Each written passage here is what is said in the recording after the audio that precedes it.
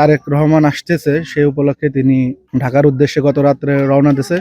ইতিমধ্যে তিনি আর কি বাসে যখন যাচ্ছিল তার কর্মীদের সাথে, তিনি ছিলেন হলো কৃষক দলের সভাপতি আমাদের লোহাগাড়া উপজেলার। তখন ইতিমধ্যে তিনি অসুস্থ হয়ে পড়েন। তখন তার কর্মীরা সহ তার অন্যান্য নেতা কর্মীরা যারা ছিল তাকে হসপিটালে নেয়। তখন আর কি সে সেখানে মৃত্যুবরণ করে। পাশাপাশি সিট তখন ওই হঠাৎ উঠছে যে আমার বুকে ব্যথা হচ্ছে, নিঃশ্বাস ফেলতে কষ্ট আছে, তখন 3-4 জনে ধরার পরে ওরে ওই গ্যাসের বড়ি তারপরে প্রেশারের বড়ি খাওয়ায় মাথায় টাথায় পানি দেওয়ায়, নেওয়ার পরে তখন ড্রাইভার কল কি যে আমরা বাঙ্গা হসপিটালে নিয়ে যাব।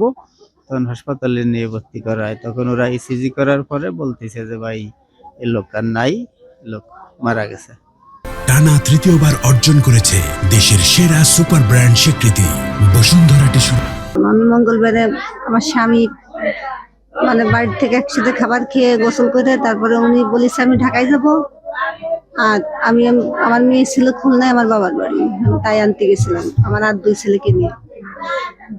তারপরে কালকে 8:30টার সময় আমার সাথে কথা হয়েছে, কালকে সারাদিনও 4-5 বার কথা হয়েছে।